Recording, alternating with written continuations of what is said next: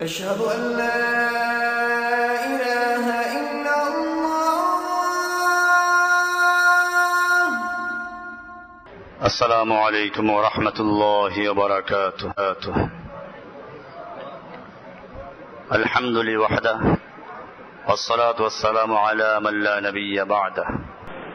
আল্লাহ বলছেন গণমানুষের ভোট নেওয়া যাবে না। মদখোর, সুদখোর, জুয়া চোর, ভুট্টা চোর, ধান চোর, চাউল চোর, আলু চোর, পেঁয়াজ চোর, রসুন চোর, আর অফিসে বসে কি করে সরকারি টাকা চোর, রেলের কালো বিড়াল, এইসব কালো বিড়াল টিড়াল যত আছে এই সবগুলোর আইন তৈরির অধিকার নাই, ভোট দেওয়ার অধিকার নাই।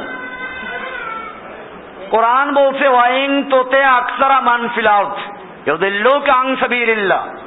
হে নবী, আপনি যদি এই পৃথিবীর সংখ্যাগরিষ্ঠ লোকদের মতের অনুসরণ করেন, পৃথিবীর সংখ্যাগরিষ্ঠ মতের লোকদের মত মানেন, ইউদিল্লুকা আন সাবিলিল্লাহ, তারাও আপনাকে আল্লাহর রাস্তা থেকে গোমরাহ করে ফেলবে।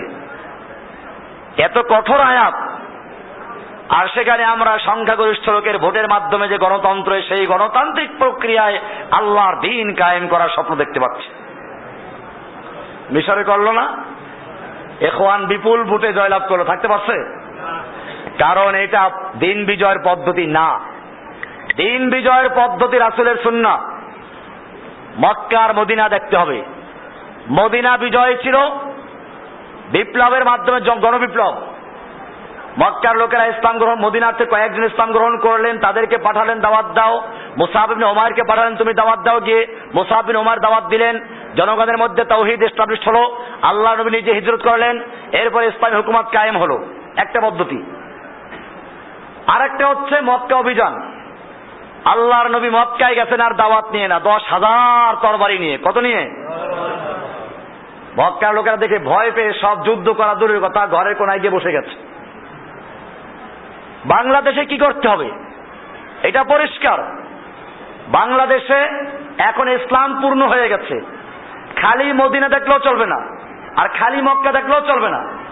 এখন ইসলাম পূর্ণাঙ্গতা লাভ করেছে। এখন আপনাদেরকে দুটো কাজ করতে হবে। এক নাম্বার কাজ মদিনার কাজ। জনগণের মধ্যে ব্যাপকভাবে তাওহীদের দাওয়াত পেশ করতে হবে। জনগণকে বুঝাতে হবে সালাত যেরকম ফরজ, সাওম যেরকম ফরজ, এরকম ভাবে আল্লাহর জমিনে আল্লাহর দ্বীন কায়েম করাও। যে আল্লাহ বলেছেন আকিমুস সালাত, ওই একই আল্লাহ বলেছেন আকিমুদ্দিন, দ্বীন কায়েম করো ফরজ করেছেন। যে আল্লাহ বলেছেন কুতিবা আলাইকুমুস সিয়াম, ওই আল্লাহ কুতিবা আলাইকুমুল কিতালও বলেছেন। কি বলেছেন? এদিন আমার এই সংখ্যা পত্রিকা আমি লিখে দিয়েছি, কেন এই বৈষম্য, কেন এই, একটা শিরোনাম আছে, কেন এই বৈষম্য। তার মানে কুতিবা আলাইকুমুস সিয়াম আর কুতিবা আলাইকুমুল কিতাল দুটোই কোরআনের আয়াত। একই আল্লাহ নাজিল করেছেন, একই নবীর উপর নাজিল হলো, একই সূরার দুই আয়াত। একটাকে মানে আর একটাকে মানার জন্য দেখেন নাই বা চকবাজারে গেলে ইফতারের কি বাহারি আঞ্জাম। ব্যবসায়ীরা জিনিসপত্রের দাম বাড়াইয়ে দিয়া, চকবাজারা আস্ত মুরগি, আস্ত কবুতর, আরো জানি কি আস্ত কোয়েল, বড় বাপের পোলায় খায়। কি যেন? বড় বাপের পোলায় খায়, এটা স্লোগান সাজিয়ে গেছে। মসজিদ কমিটি বসে গেছে ভালো ভালো হাফেজ নিয়োগ করে। মেয়ে লোকেরা তৈরি হয়েছে মার্কেট করার জন্য, সিনেমাওয়ালারা তৈরি হয়েছে নাটক করার জন্য, ঈদের নাটক। এরকম ভাবে ধনীরা তৈরি হয়ে গেছে বিদেশে গিয়ে ঈদ উদযাপন করার জন্য। কত রকমের তৈরি কুতিবা আলাইকুমুস সিয়ামের জন্য। আর ওই একই আল্লাহ বললেন কুতিবা আলাইকুমুল কিতাল, এটা মানার জন্য কেউ তৈরি নাই। কেন এই বৈষম্য? এটা একটা শিরোনাম দেওয়া আছে এই পত্রিকাটায়, এই সংখ্যায় দেওয়া আছে। তো এটাও লাগবে। আল্লাহ তাআলা বলছেন দুটোই। একদিকে বাইয়িনাত, স্পষ্ট বিধান দিয়েছেন, ওটা দিয়ে মানুষের মধ্যে দাওয়াতের কাজ করবে। আর একদিকে আল্লাহ বলছেন ওয়ানজালনাল হাদিদ, আমি নাজিল করেছি লোহা। কি নাজিল করেছি? লোহা। এই লোহা নাজিল করেছেন কিসের জন্য?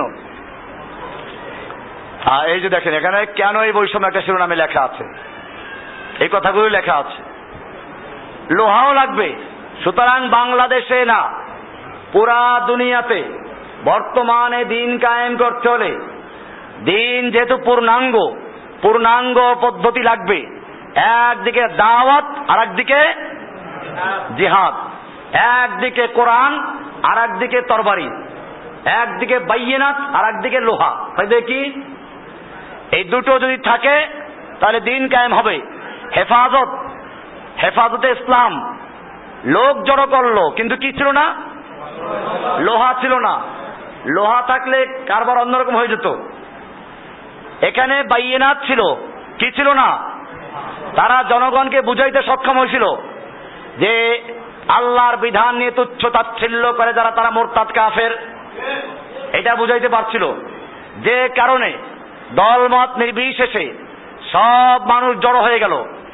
কিন্তু আর একটা জিনিস ছিল না, মক্কার সুন্নাত ছিল না। মক্কার সুন্নাত, আল্লাহ নবীর দ্বিতীয় সুন্নাত মক্কার সুন্নাত ছিল না। এই মক্কার সুন্নাত লাগবে।